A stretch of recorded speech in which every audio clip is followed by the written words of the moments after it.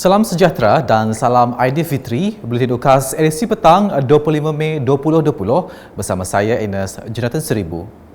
Berita petang memfokuskan kepada tinjauan sambutan Hari Raya Aidilfitri di Sibu. Patuh dengan Perintah Kawalan Pergerakan Bersyarat PKPB, Pergerakan Warga Sibu dilihat terkawal dalam menyambut perayaan Aidilfitri pada tahun ini. Tinjauan yang dilakukan mendapati rata-rata warga Sibu patuh dengan prosedur operasi standard SOP musim perayaan seperti yang ditetapkan oleh kerajaan.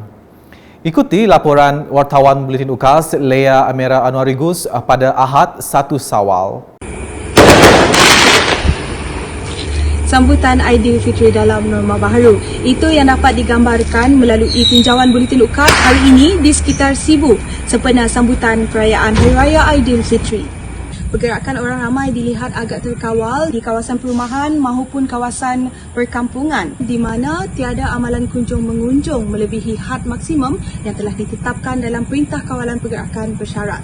Ini jelas menunjukkan bahawa penduduk di Sibu amat patuh dengan arahan kerajaan dan mereka masing-masing mengetahui akan peranan dan tanggungjawab dalam usaha mengekang penularan wabak COVID-19.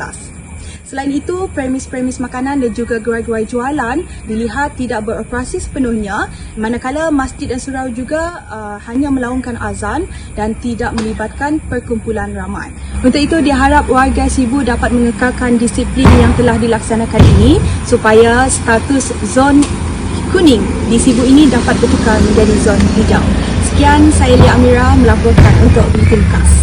Dalam pada itu, beberapa penduduk Sibu sempat ditebu bual bagi mendapatkan reaksi mereka mengenai perbezaan raya pada tahun ini. Sebenarnya raya tahun tu di kampung masih sama aja, ada lampunya, masih ramailah rupa, tapi cuma orang datang ke rumah je yang banyak ya. Nang lihat lah orang datang dalam 20 orang sehari je datang. Tapi ya pun keluarga terdekat je, saya ada orang luar, saya ada kawan-kawan. Biskut pun banyak, sikit aja, ada kuih-kuih pun sikit je. Walau kami orang family je. Sunyi lah, nampak sunyi. Jam tu selalunya mudolok ramai dah. Orang berjalan, berjarah apa semua itu dah ada yang rasa takut-takut lah. Macam tahun lepas selalulah ada mula open house untuk kawan-kawan, rakan-rakan sekerja datang. Tapi tahun tu kami ikut SOP yang dibenarkan lah, pun tak secara ramai terdekat je lah. Macam jiran-jiran benda yang dekat lah. Tapi kunci terawal kita juga susah lah. Anda kata kita tak rami terus lah, dah hijau pada kita. Tapi kita rami turun tiba-tiba kena. Jadi hal lagi kita menyusahkan kita pun dengan orang-orang sekitar kita. Ya, pendapat kami lah, bagus. Kita jaga tampun lah, kita jaga kita lah. Bagi salah seorang warga Miri, Muhammad Safwan Saini yang tidak dapat pulang ke kampung halamannya berikutan PKPB, dia akur dengan arahan kerajaan walaupun terpaksa beraya di perantauan. Mana kata untuk kita terpaksa ikut apa perintah daripada kerajaan, kita siapatlah balik. Kita stay lah sini untuk sifat keluar daerah kan, di sihat lah. Mungkin next year boleh lah kita balik. Untuk yang senasib dengan kami asal pulang, janganlah sedih. Kita dapat sambut juga, tapi mungkin bukan tahun tu, mungkin lain kali lah. Kepada keluarga kami di Miri, kami minta maaf lah sebab balik tahun tu. Semua dapat menyambut dengan baik lah, dengan ikut peraturan yang ditetapkan lah. Laporan seterusnya. Operasi di Pejabat Daerah Kecil Lingga dan Pejabat Kecil Pantu telah mengikuti SOP yang ditetapkan sepanjang tempoh PKPB. Pegawai Daerah Seri Aman Muhammad Asriwi yang melakukan tinjauan dan pemeriksaan di kedua-dua pejabat daerah kecil itu baru-baru ini berpuas hati dengan kadar pematuhan SOP yang telah diambil. Secara umumnya saya dapati kadar pematuhan dan juga persiapan-persiapan bagi kedua-dua daerah kecil ini, Pejabat Daerah Kecil Pantuk dan juga Pejabat Daerah Kecil Lingga, berada pada tahap yang memuaskan lah. Saya tengok tadi di Pantuk, penjarakan sosial, tagging-tagging, notis-notis, mula-mulanya pengesanan suhu badan customer ataupun staff diambil lah sebelum dia memasuki premis-premis kerajaan.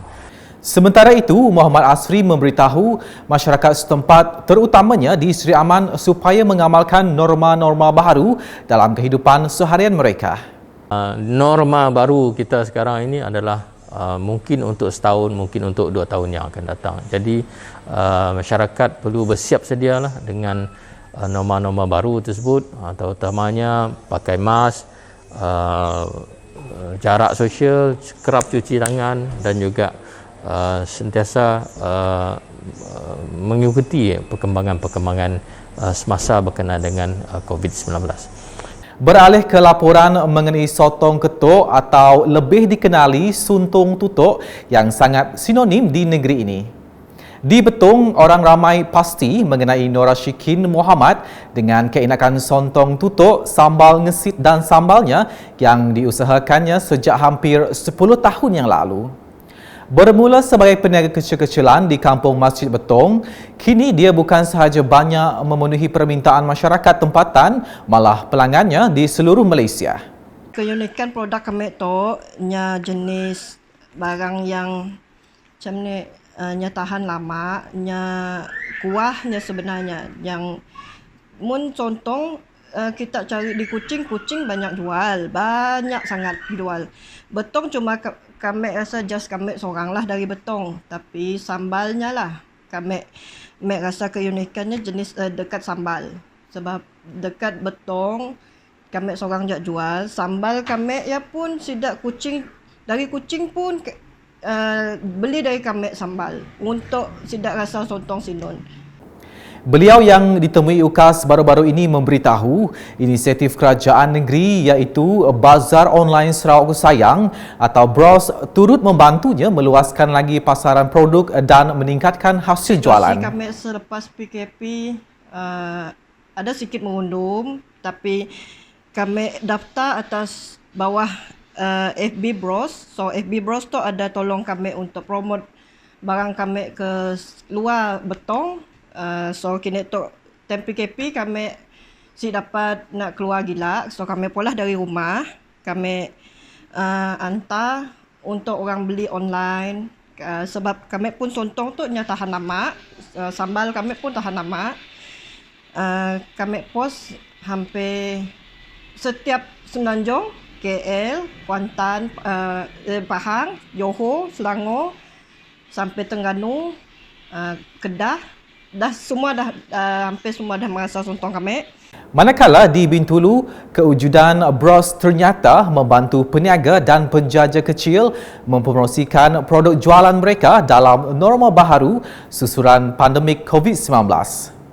Seorang peniaga burger, Safwani Bujang, memberitahu selepas menyertai BROS, jualan burgernya meningkat dan mampu memperolehi pendapatan mencecah RM4,000 dalam sehari. Setakat tu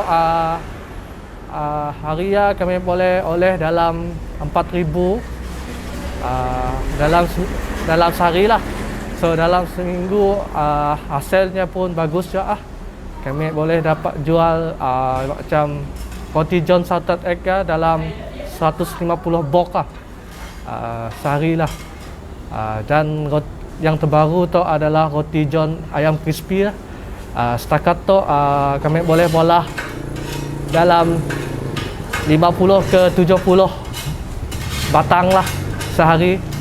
Bagi peniaga ayam panggang, Awang Hipni atau lebih dikenali sebagai Abang Panggang, perniagaannya mendapat sambutan baik selepas mempromosikan produk jualan menerusi BROS.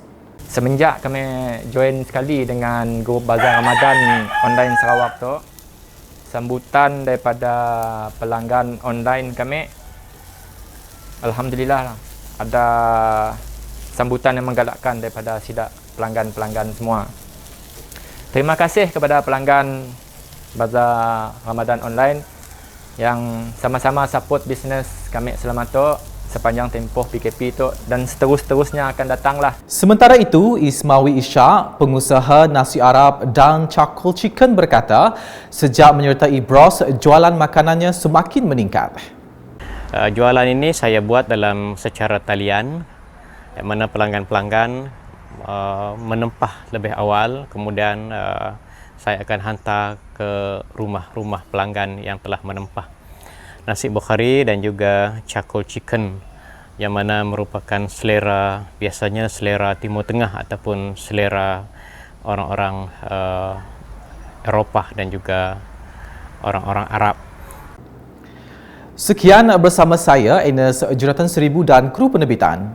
Dapatkan berita terkini Sarawak setiap hari dengan melayari ukas.sarawak.gov.my atau di Facebook, Instagram, Twitter dan saluran YouTube Buletin Ukas. Mengakhiri buletin dengan perutusan Ketua Polis Negara sempena sambutan Hari Raya Aidilfitri. Selamat Hari Raya Aidilfitri, maaf zahir dan batin. Salam Ukas.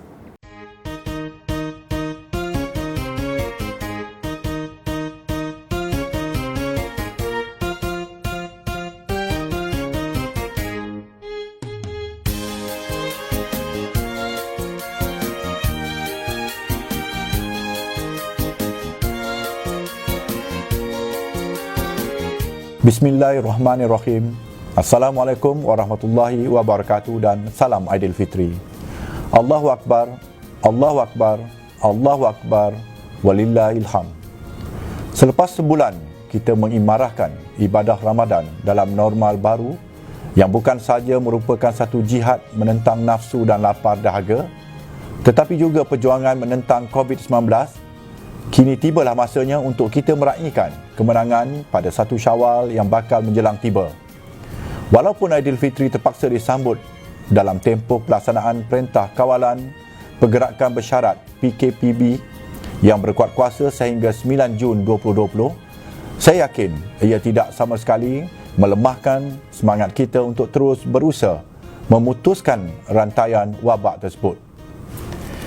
Marilah kita sama-sama meraihkan lebaran ini dengan penuh kesyukuran serta reda dengan situasi semasa yang menuntut agar kita terus mematuhi arahan dan saranan kerajaan demi kesejahteraan dan keselamatan bersama.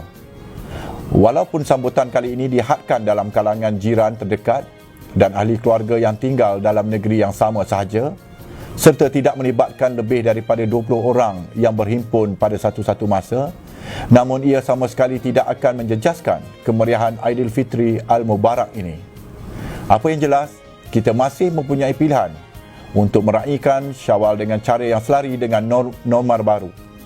Walaupun tidak mungkin semeriah sambutan tahun-tahun sebelumnya yang menyaksikan amalan kunjung-mengunjung dan rumah terbuka, namun kita masih berpeluang untuk berkongsi kemeriahan Hari Raya tahun ini dengan mengamalkan konsep ziarah terdidik dan mendisiplinkan diri dengan mematuhi prosedur operasi standard kesihatan yang ditetapkan.